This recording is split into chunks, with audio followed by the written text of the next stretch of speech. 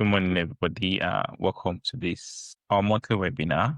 And today we have with us Oyinkan Akinseye. We just finished a podcast recording session, so it's good to have you back again on the webinar. Thanks for joining. So we'll just be looking at your journey into digital clinical safety, because this is one role people are currently always asking about. What is this about? How can we get into this space? What does the day-to-day look like? And probably they will also have their own personal questions they want to ask you. And yeah, basically that's it. So we'll just get into the conversation. So could you just sort of walk us through how you discovered digital clinical safety and what inspired your transition into digital clinical safety? Yes. First of all, thanks for having me again. What inspired me, or how did I get into safety? Essentially, when I made the transition from nursing back in 2021, I made the transition into technology as a customer success manager. So I was leading on clinical implementation with customers for a health tech company. And within any health tech company or med tech company, you need to have a clinical safety case. So under DCB 129, your product needs to have been assessed for clinical safety and a risk analysis done. So most health tech, med tech companies should have a clinical safety case. And that clinical safety case is executed or written by the CSO. So most companies should have a clinical safety officer. So that's how I learned about clinical safety. When I was at that company, I was aware of our safety case report. I was aware of our hazard log.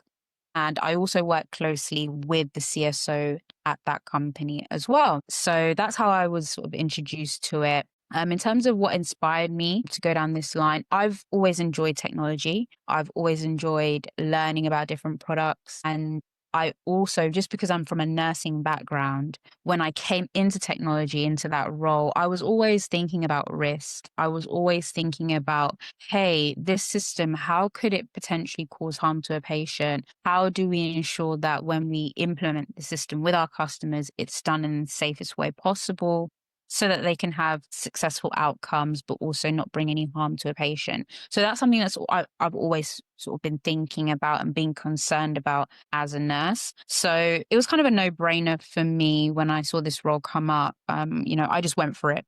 I had no expectations. And I went for it. And yeah, that's how I got into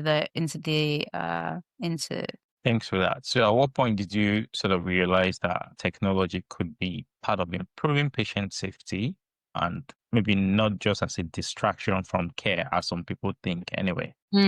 I think when I was actually working on the front line, so when I was a clinical lead in a community service during the pandemic, when COVID hit, that's when I sort of realized the impact of technology.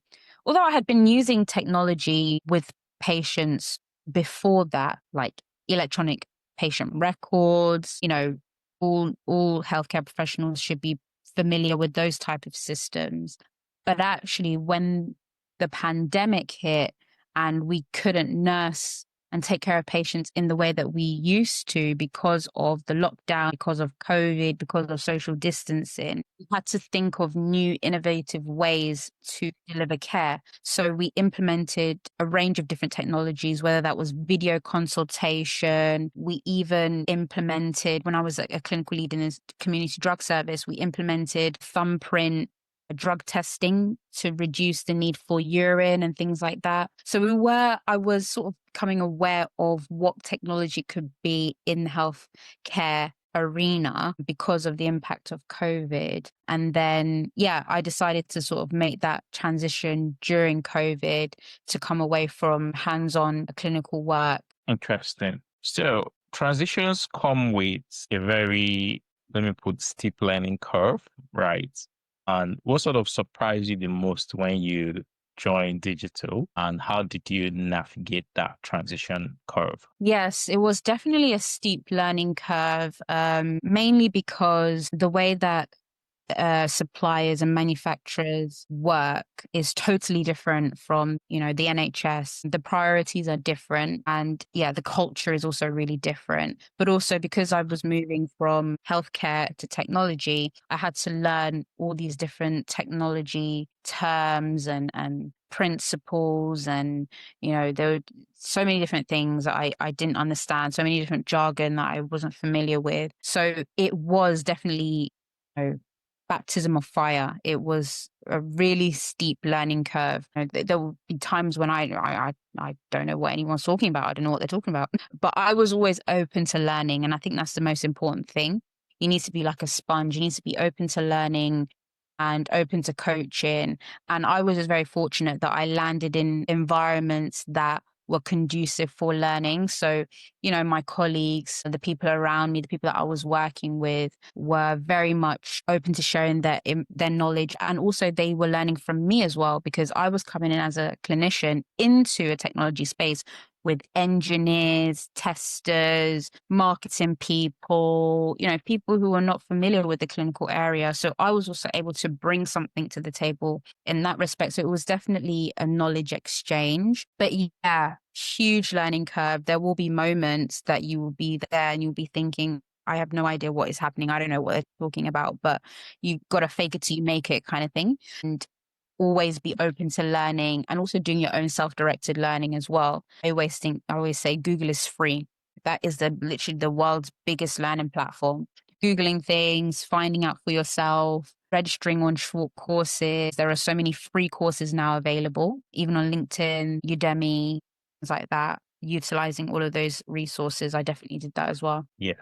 So looking back now, because you mentioned bringing something to the table, right? Because you're bringing something as a nurse. Which of your nursing skills has sort of turned out to be a superpower in digital safety? Yeah, this is a really good question when we spoke about it a little bit on the podcast, but I would actually say that the soft skills, I am a mental health nurse by background, and I think that one of the superpowers that I have is being able to speak to people, relate to people, understand what their priorities are, using my sort of intuition as well to understand what they might need. And being able to communicate with different groups of people has been really important as a clinical safety officer and transitioning from nursing into digital. Because what you'll find is that in the digital space, everybody has their different priorities. Each staff group, product has their priorities, engineering teams have their priorities, testing teams, marketing, all the way up to the C-suite and the board. Everybody has their different priorities in terms of what they're trying to achieve with this system, with this product, or with this feature. And you need to be able to communicate with all of them and communicate in a language that they understand so that they can buy into what you're doing as well as a clinical safety officer. So definitely being able to understand people and using my soft skills has definitely been the biggest thing for me. Thanks for that. So if someone here wants to sort of start prepping for this role today, what 2, 3 skills should they focus on learning right away? Well, I would say if you really wanted to become a clinical safety officer, I definitely think, first of all, writing skills. Your written skills is going to be paramount because what you're producing is a deliverable written documentation, hazard logs, plans, clinical safety case report. You need to make sure that it is airtight in terms of grammar, but also being able to translate complex technical information into simple language that other clinicians can understand. Mhm. So it's a skill that you need to hone. So I would be trying to understand different technological concepts, whether that's around architecture, you know, products themselves, process, training, what else? Testing as well. Understanding different concepts as far as how systems are built and deployed. Also, project management skills. You need to be super duper organized. You need to be able to manage competing priorities. In my current role, I have multiple different projects going on at once. So I have to be skilled in managing all of those different projects and staying organized, especially when you're writing large documents. You need to be able to stay organized with where you are. So yeah, writing skills, understanding different technological concepts, and being super, super organized is very important. Like you guys have heard it's key skills to start building right away. I know a lot of people might be wondering because I myself, I'm also wondering, how did you actually land your first role? What worked for you? What didn't work for you? Yeah. So in terms of my first role in tech or my first clinical, okay, tech. So how did I land it? First of all, I had a want. So I actually wanted to leave. I wanted to go into something different. I didn't know what it was. I didn't know it was going to be technology, to be honest. I had a love for technology as a nurse anyway, because I have an A level in IT. You know, IT has always been something that I've enjoyed.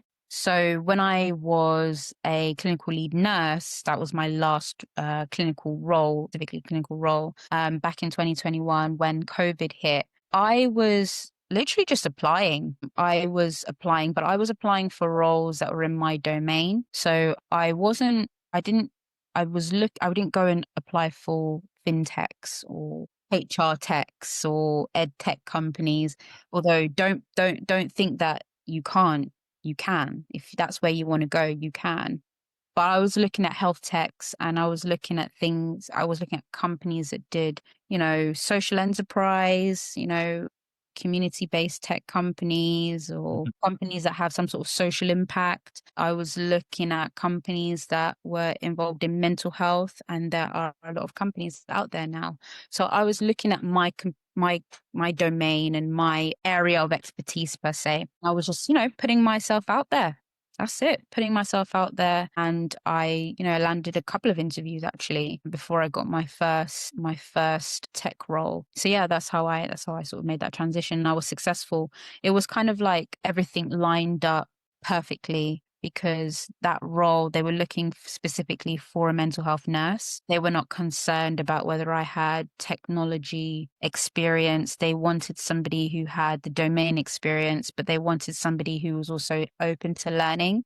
And they wanted somebody who had soft skills. And so that's how I made the transition. So let me take you back. The application process, how challenging was that? Because I think that's something a lot of people struggle with, getting Yeah. the opportunities and all of that. Yeah. The application process is definitely different to any public sector or clinical role that I've ever done. Oftentimes it's multiple stages and, all sorts of different things that you have to do. So it can be challenging. What I would say is practicing your interviewing skills is really important. Something that I've always been told over the years is that I interview really well. So I would I would focus on practicing interview skills, looking at the STAR method, you know, answering the question when you're being asked a question, actually answering it, and having a few prepared scenarios in your mind as well, because there are a lot of sort of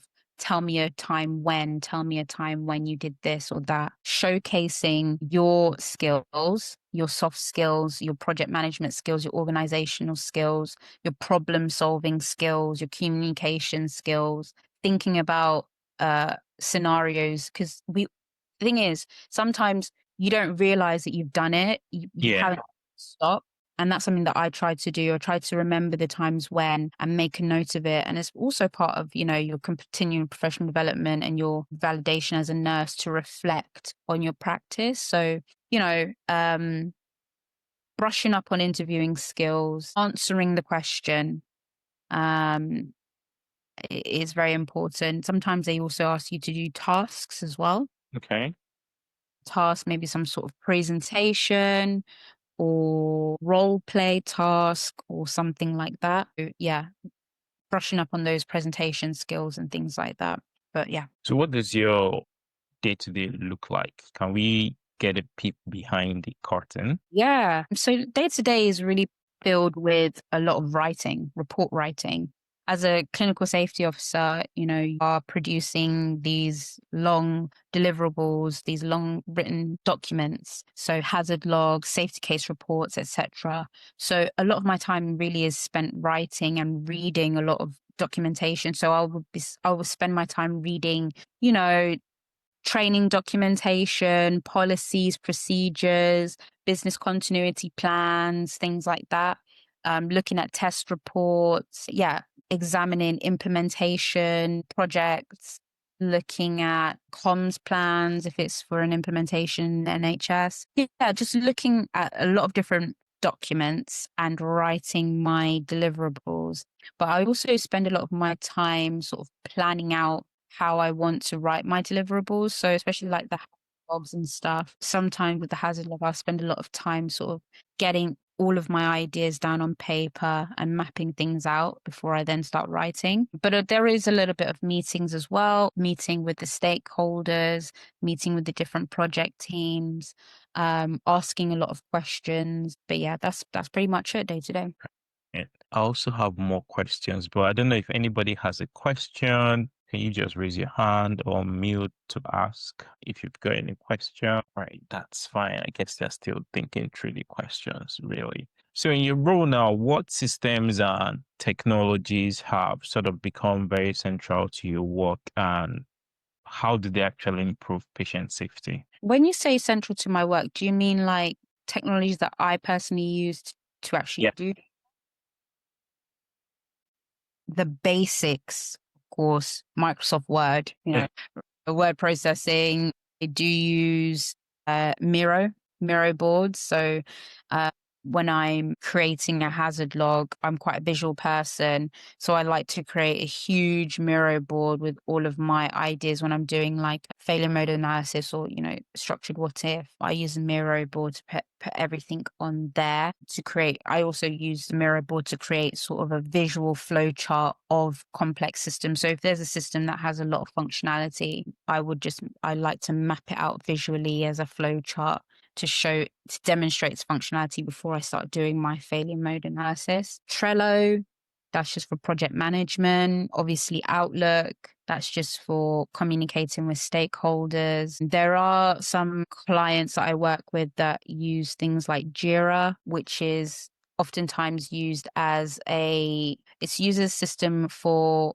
managing product development. So a lot of companies will put in essentially all of their stories and epics and ideas around the product itself and how Yeah. you want to continue building it, or writing documentation for new features for the product is often managed in Jira. Okay. Customer tickets and issues oftentimes will come into Jira to be analyzed, and then they're given like priorities and stuff if they're serious and stuff and need to be managed. If there are bugs that are associated, that can all be managed in Jira. So oftentimes I'll use that system. But yeah, those are the main ones, I think. Yeah. And you sort of had to learn those when you moved into this space. Yeah, I mean, I've used, in terms of like some of the basic ones like Word and Excel and PowerPoint. Those are things that I've been using for, since school days, since high school. But things like Jira, things like Zendesk, ticketing management systems, I had never used them before I came into tech. I just learned on the job. A lot of these systems are quite intuitive, even Salesforce as well. Just learning on the job, being open to learning, doing, just playing around with the systems and things like that. Thanks. Itunu, you've got a question. Go ahead. Sorry, I'm on the motorway, but then I just want to ask, thank you very much for this talk about your journey. Just two questions from me. Number one, what training did you need to take before you could break into this clinical safety role? And do you currently, I came into the call a bit late, so I'm not sure if you currently work in the private sector or in the public sector. And yeah, what training did you have to take before you could make this transition? Yeah. Thank you for your question, Itunu. I currently work in the private sector. I work for a consulting firm. And in terms of training, well, in terms of safety, formal training was provided to me by my employer. So as part of, becoming a clinical safety officer, you need to have undergone some sort of training. You can do the training with the NHS, or if you go into a company or a consultancy, oftentimes they will provide you with that training. But I did do there's a free, so on NHS, Digital clinical. yeah, there's an intermediate e-learning that's available for free. So I Yeah. did that just in my own time. Doesn't take a whole lot of time, a few hours. You can complete that. It's free to anybody who has access to I think is it e-learning for health? I'm not sure if Yep. it's still. Yep.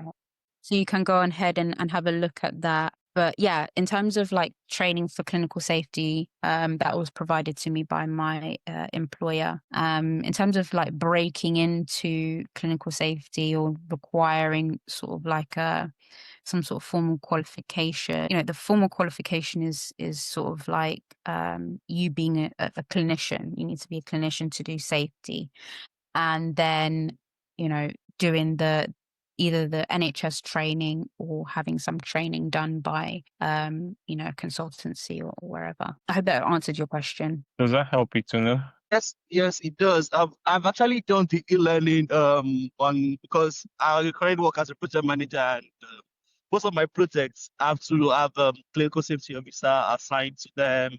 Some of them it's more or less like it's the first clinical safety they need to do. As a project manager, I have to write some of the clinical safety reports for them and then send to them to review and go over. And it's more or less like, okay, I'm doing the work already, like sit down in hazard workshop, organize those workshops for them to sit down in and then do how the whole thing and then give ideas on what's the initial um, contingencies or mitigation plans are, and what extra mitigations can also be put in place for all the different hazards that have been identified. So it's more or less like, okay, I'm currently doing something like that, but then I'm like, okay, if I want to fully break into that, possibly that's a side way to get into things.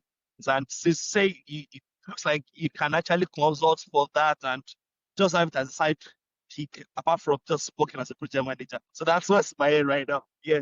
Yeah, I mean, if you want to become a formal clinical safety officer, and there are roles, if you're working for a NHS trust, there are oftentimes like loads of roles coming up in NHS trusts that you can just, apply for. I would encourage you to do that if you're working for an NHS trust, and there are roles, or even just approaching your employer or manager and saying, hey, look, this is a gap. Can I fill this gap by becoming a CSO? That's always another way in. I don't think there's no one route into these things. Like I said, it starts off with a want. Any other question? Let me check if we've got more questions. Faridat, go ahead. Thank you so much for sharing those insights with us. So mine is a bit, let me share a bit of context from my journey so that I could better understand. So I've had like 2 interviews for clinical safety. One was in a private company and one was in an NHS company.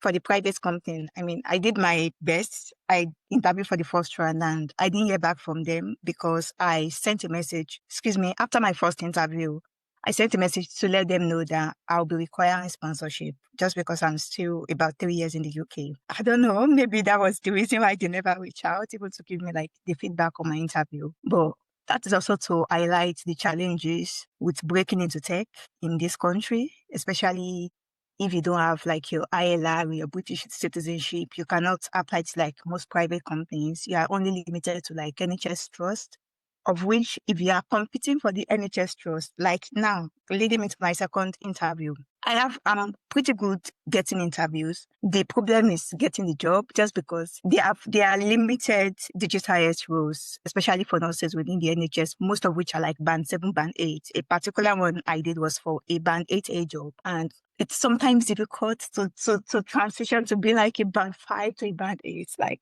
I don't even know how I got the interview in the first place, but what I'm trying to say is because it's sort of competitive to get those roles at the NHS settings, not only even clinical safety, but also like I've interviewed for like a lead digital clinical something like was in digital health to be specific.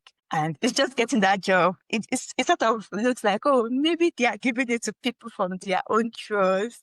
Like, I mean, they rather want to give it to probably people that have already worked or that are working as like a band 6 in that particular team, maybe a clinical informatics team. They already have nurses working at a certain level. So it's only natural for them to progress to the next level. That's what I've been thinking of, at least maybe to not let me feel like maybe I have the problem or something, because it's just sort of so competitive. And I saw on your LinkedIn profile as well that you were working as a customer service executive for like 3 years before you transitioned to your current role, which is leading me to my next question about, did you think like having that customer service background sort of help you transition to the role that you are currently or did you think it also help you better position yourself during the interview to say, oh, I've been in tech already, even though you don't serve, you never worked as a clinical safety officer before? Like, how did you get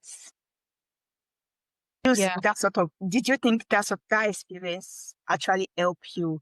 I mean, for myself, I've got like digital experience. I currently volunteer with a digital health company as a project lead and some other digital health experience, which I think that has been the one helping me to get those interviews in the first place. Yeah. But just getting the job is quite challenging. It's difficult. No, I definitely empathize with what you're saying. And I understand, I can empathize with the challenges with breaking into the private sector, especially in the climate that we currently live in, 2025, how things are with getting sponsorship. We won't go too much into that. But um I think in terms of my experience and getting into clinical safety, so before I became a clinical safety officer, I was working as a customer success manager for a health tech company. And in order for me to get that role, how I got that role was because I had that domain experience. So I had mental health experience and they were looking for somebody who had mental health experience. So there was a degree of sort of like luck and the stars aligning for me, I would say. But what I would suggest or what I think you could do is you're already getting interviews. That is really a hard thing to do. A lot of people apply and don't get any interviews. So you're doing something right, okay? And you obviously have the knowledge and the skills to land those interviews. In terms of competitiveness, I will say though, in the last few years, and something that I've also experienced is that competitiveness, the job market is really difficult, especially in technology. And I'm not sure how it is in the NHS, but I would assume that, the digital health roles are highly competitive as well. So I personally wouldn't take it personal.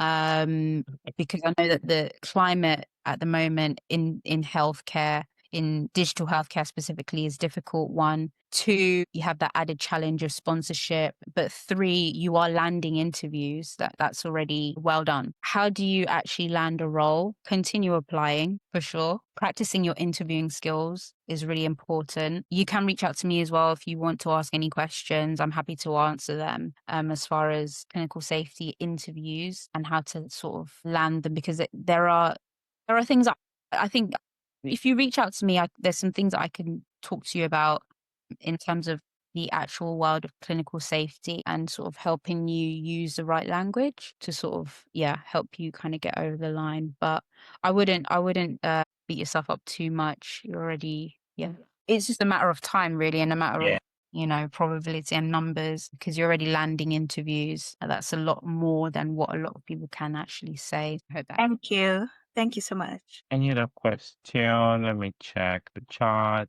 Does anybody have any queries? This is your time to ask all the questions about clinical safety. Let me just check. Okay, while they are popping up or thinking about the questions. So I've still got more questions really. So then looking at your journey now from nursing, you've moved into this section, right? If you had a nurse who hadn't sort of discovered, this world now, or not just nurses anyway, doctors, allied professionals really, So what would you tell them? So nurses and doctors that are just discovering clinical safety and that want to get into it, I think I would tell them to continue learning, get their knowledge up. So in terms of technology and the domain, learn the concept, start speaking the language, do short courses online. To find out about what does it take to even what constitutes a health product, a system, digital health system. Try and understand a little bit about that. Understand safety. Go and read DCB 129. Go and read DCB 160. Go and read the specification and the guidance. It's all there for free online. Familiarize yourself with those two documents. Understand what risk analysis is and the whole point of risk analysis. It's not just a paper exercise. It's actually something that is done to improve systems and, protect the safety and protect the safety of people and patients. Go and understand what those are all about. I would also say, go and read about the incidents that have happened. They're all there on the internet. The incidents that have happened and taken place as a result of health IT systems. Go and have a look. Go and read about those. But yeah, I would suggest that if you are interested in clinical safety and you have a passion for digital health and patient safety, go for it. Apply for the roles. If you work in the NHS, there are oftentimes clinical safety roles up and being advertised. Take those tasks as well. If there are tasks that if you're a project manager, like Ituni was mentioning, if you're a project manager and you are tasked with doing some clinical safety stuff, take up those tasks. That adds to your experience, and those are things that you can talk about in interview as well or put onto your CV. But yeah, that's what I would say. All right, thanks for that. So one of the questions I usually get all the time is around work-life balance. So your role now, do you have to be on a site every single day, or is it hybrid, or is it fully remote? How does it work? Current role is fully remote, so I'm not on site or hybrid or anything like that. Sure. You would think so. But to be honest, when you're working from home, it can be difficult to be. You can find yourself, working longer hours because you think, oh well, I'm just at home. I can just carry on. Let me just finish this task. And before you know it, it's like 7:30. So you have to be kind of disciplined with your time when you're working from home. But yeah, it's in terms of like work-life balance and things like that. It's great because you can kind of manage your own workload. If you want to start working much earlier in the morning, you can do that. Or if you want to work later at night, you can do that. Just as long as you deliver your projects on time. So yeah, it's really depends on what your preferences are. If you're somebody that enjoys working from home, or if you're somebody that likes to go to the office. But every clinical safety officer is, if you're working for the NHS, it might be different. You might be required to be more so in the office, and also being a consultant, it comes with its challenges as well, because obviously you're sort of an external company. You're trying to understand the internal processes of these organizations, so that has that sometimes those sort of barriers. So yeah, that's how it kind of works for me. But do you have opportunity to go into the office anytime, or? And when you say going to the office, do you mean like, well, at my current role in the current company, we don't have an office. Okay. Yeah. But if I wanted to go and meet up with a client at their offices or on site at a hospital, I can do that. Okay. I want to have a meeting on site, I can do. There's opportunity for me to do that. I just need to arrange with the client or customer that I'm working with. Okay, because you guys are more of consulting or more client focused. You can see your clients, meet with them, and you go back to Home base. your base. Okay. Then let me see. I think see a question in the chat. Let me just think. Somebody is asking, "Hi, apologies. I joined late. What's the pay like? Is it 6-figure as we always hear? And do you always have to be employed, or are there contract roles?" So in terms of my salary, I'm not on any 6 figures now. I'm sorry, apologies. I think I asked that question. Yeah, my name is Dr. Debola. I'm a GP. Sorry, I came late. I joined, I think Dr. Ron's, what's the name of the group now? The community. Yeah. The community, yeah. That's a wonderful community. I don't talk too much there. So, but I just wanted to know because I think in the last 2, 3 years I've been around the whole digital health thing and doing courses there, here and there, just trying to figure out exactly because I'm that kind of person that likes to understand it from the basics. Yeah. However, you see, at the end of everything, what all of us are looking for is man. I don't know how to hide it when it comes to let's talk the facts. Let us talk the facts. In the UK, most people try to legally pay reduced tax. Yeah. So I've heard 6 figures or 7 figures. I've seen some people, yeah, they make 6 figures. Yeah. But these are just like 1 in 1,000, you know. I'm always like this type of thing that all of us are looking for. What exactly? Is it true? Those 6, 7 figures that will always be there. Is it true? That's number one. Number two, when I talk about tax, if you're employed, you pay the normal tax. But if you work contract, then you can actually, claim some things back. So I just wanted to know, they're really contract roles is, I think, you get loads of insight. Sometimes I turn them on. Why? Because at the end, you just say, oh, we're looking for somebody that is in salary. But I don't want to. I just want to be like a contractor, do the job, get the money, save some tax, and make more money. Because what's the point? That's why I just asked the question. So thank you very much for sharing your stories. I mean, I don't really know how to answer this question, but I mean, in terms of, salary and things like that, it varies across the board. If you're, working for a supplier as a clinical safety officer, of course, you're going to be paid more than if you're working for an NHS organization as a clinical safety officer. Salaries vary. I would say that, if we're just talking about digital as a whole, just coming away from clinical safety, there's opportunities to make 6 figures if you're in, business development, even product and product management, senior product management roles, even project management, program management as well. There's opportunities to earn a lot of money. As far as,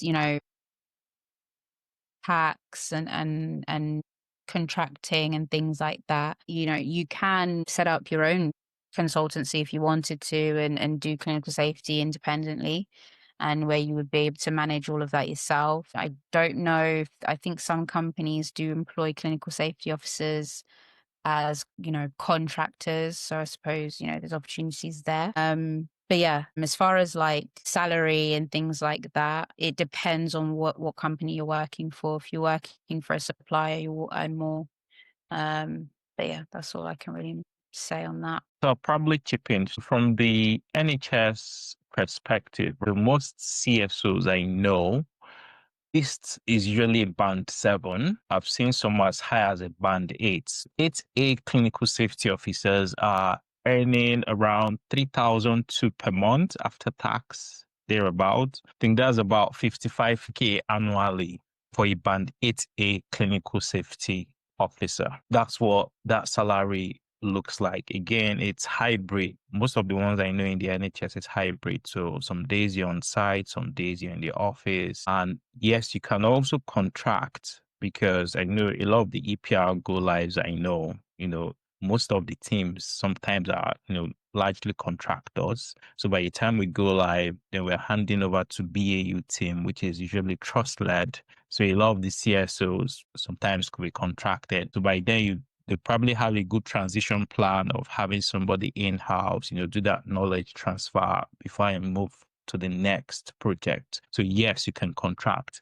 And there are a lot of companies out there who actually provide people for most of these tech roles. So there are a lot of them on LinkedIn. Even I think I was it Rewired or Het last year, where I saw a lot of them. They're looking for people to join their team.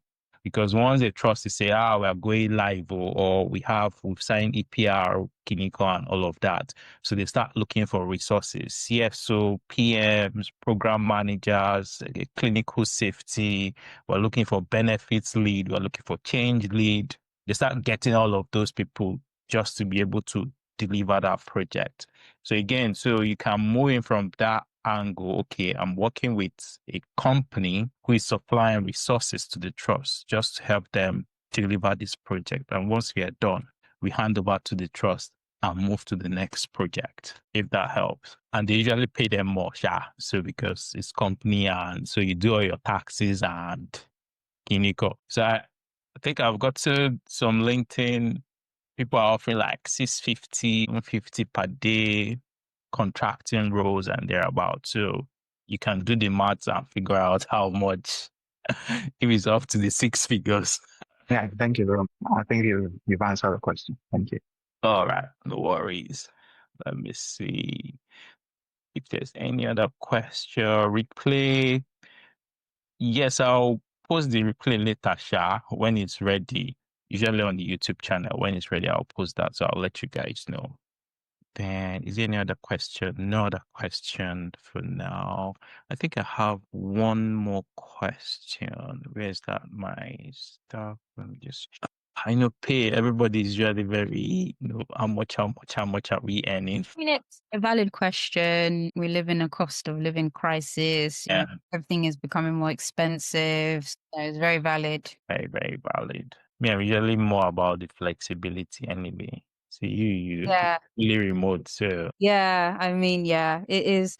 It comes with its advantages for sure, especially if you've got a family and things like that. You can plan your time and stuff like that. Do your school run and then come back. You can start early. We can do, start a bit later depending on your schedule and things like that, which is quite beneficial. very good. Then probably my last question before we wrap up is usually, so for people who sort of transition, so a lot of people are sort of wary about the kind of company we're going to work. Are they going to be able to support us? Oh, we're new to this space, we're new to this industry.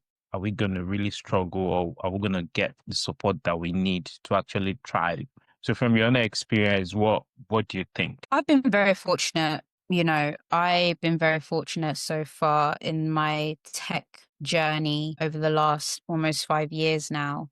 That I've been in environments that have been very, very conducive for learning, very open, very supportive of my learning.